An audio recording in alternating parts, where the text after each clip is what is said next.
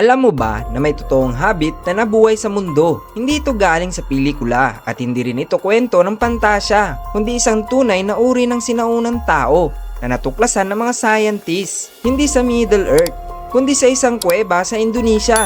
Ang tawag sa kanila ay Homo floresiensis, kilala rin bilang hobbit humans dahil sa sobrang liit nilang katawan at kakaibang proporsyon kumpara sa modernong tao na karaniwang may taas na 5 hanggang 6 na talampakan. Ang mga hobbit na ito ay nasa 3 hanggang 4 na talampakan lamang, pero sila ay mga adult na individual. Hindi sila bata, hindi sila mukhang may sakit, kundi isang hiwalay na species ng tao na nag-evolve sa kakaibang paraan.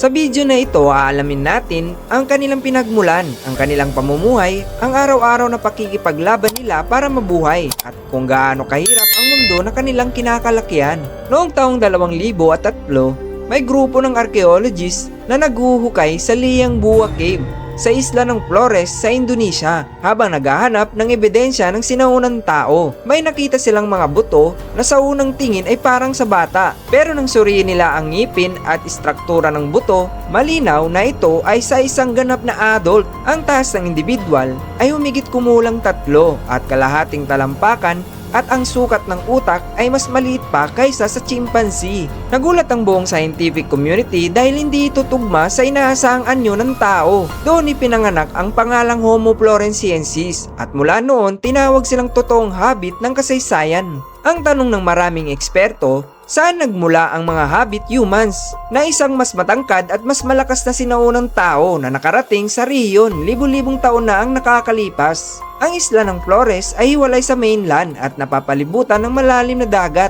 kaya ang mga nakarating doon ay halos na natrap na. Walang madali ang pag-alis, walang palitan ng populasyon at limitado ang resources. Dahil dito naganap ang tinatawag na island dwarfism, isang proseso ng evolution kung saan ang mga nilalang ay lumiliit sa paglipas ng maraming henerasyon para mas mababa ang pangangailangan sa pagkain at enerhiya. Nangyayari din ito sa mga hayop tulad ng elepante na naging dwarf elephants, at nangyari rin ito sa linya ng tao na naging habit-sized humans. Ang pamumuhay ng mga habit humans ay simple pero matindi ang hamon.